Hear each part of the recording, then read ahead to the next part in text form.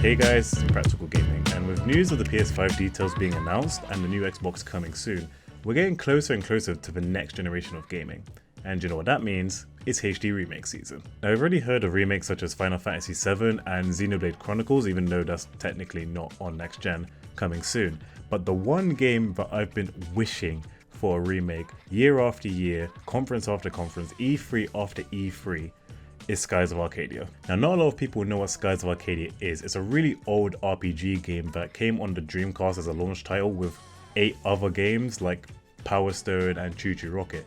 You know, back in the days where when you bought a console you got more than 1 or 2 launch titles. And this game is probably the game that made me fall in love with gaming. I still have such fond memories of playing it with my brother, just flying through the skies in a boat, collecting stones and taking on enemies, and it's one of my favourite, if not my absolute favourite ever game. But it still hasn't got a remake. It got like a port to the GameCube in the early noughties, and while that's great and that's how probably a lot of people got into the game, I think it's about time that we had a new and fresh HD remake / remaster of Skies of Arcadia. And let me tell you why I personally think that's the case.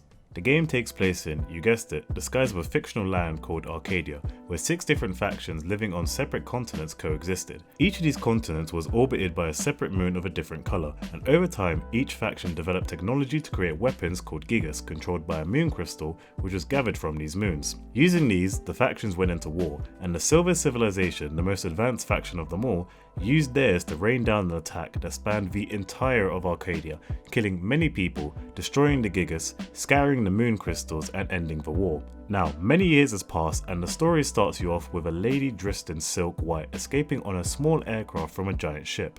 This girl is Fina, a beautiful and majestic lady with a strong sense of duty and a huge part of the storyline. But just when she's about to get caught, the ship is attacked by a team of sky pirates which consist of Vyse and Aika, your other protagonists. Vyse, who wields the cutlass, is your strong-willed leader who is always driven towards adventure and his own sense of justice, while Aika, who wields the boomerang, is a lifelong friend and daring / rebellious fighter who fights alongside Vyse wherever he goes. While what started off as just a normal raid turned into a pseudo rescue mission where you end up taking Fina back, who seems to be from a land no one has heard of, at least at that time. Fina tells you of the fact that the Valuan Armada, the strongest fleet in Arcadia, are looking to collect these moon crystals for themselves, and her plan as set by the long-lost Silver Civilization is to collect the moon crystals before they do. Vyse and Aika bring her back to Pirate Isle and agree to help her on a mission in search of adventure, and because you've recently just become friends. Now that's the story in as much of a nutshell without trying to spoil any of the underlying plot, and there's nothing you haven't really heard before, but for its time and in a time where RPGs were really getting to grips with what the genre really was and could be, at least in a 3D sense, this was the pick of the bunch. What really stands out for me is the character design of every character you meet. It's so different to what I normally see in RPGs, which is a byproduct of the fact that the protagonists are pirates, but also the story lends its way to creative freedom. Because of the different civilizations, it makes it easy to build cultural differences through their characters, and especially through their clothes. As you can see, Vyse and Aika look similar and rougher, whilst Fina looks a bit more refined. And because of these cultural differences, it makes it much more worth it to explore the world you're in.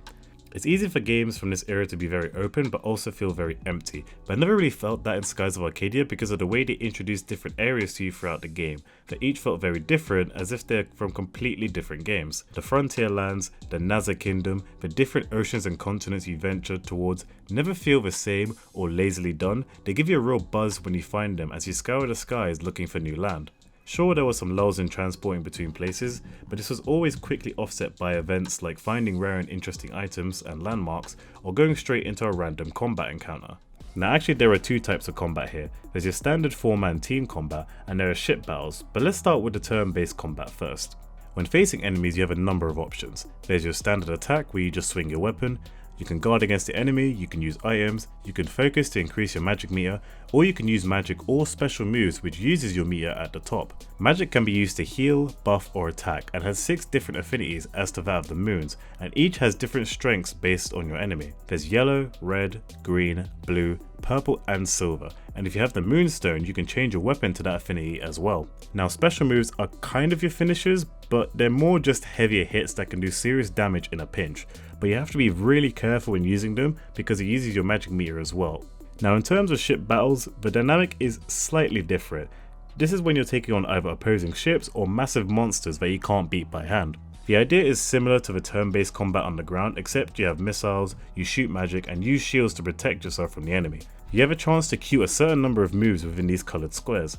Green means it's your chance to strike, if it has a symbol it means you have a tactical advantage, so you should save your strongest moves for them, and yellow means the enemy is ready to attack, so it's probably best that you guard. Each battle will have a certain strategy that works for them, and they give you a bit of help along the way in terms of dialogue, so you should keep that in mind.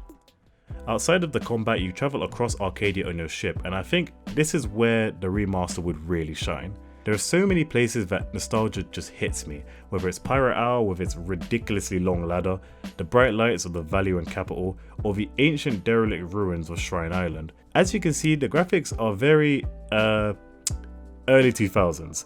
Very basic background, very little if any shading, and a lot of basic UI elements attached to the screen. But now just imagine this wonderful world of Arcadia redone in the next generation. 4K, ray tracing, open world rendering, the works. This world already felt alive to me, but it could go so much deeper, be so much more meaningful, and add a lot more depth to Arcadia. I mean, we've seen glimpses of what they've managed to transform Final Fantasy VII into with a lot less world scope to work with, so just imagine what they could do with this. And I don't want it to be just in HD, I want a full remaster where they add more side quests, add a bit more dynamism to the current combat, and probably extend upon the story a little bit more, and try to make it feel like a new game that still pays homage to the original Skies of Arcadia.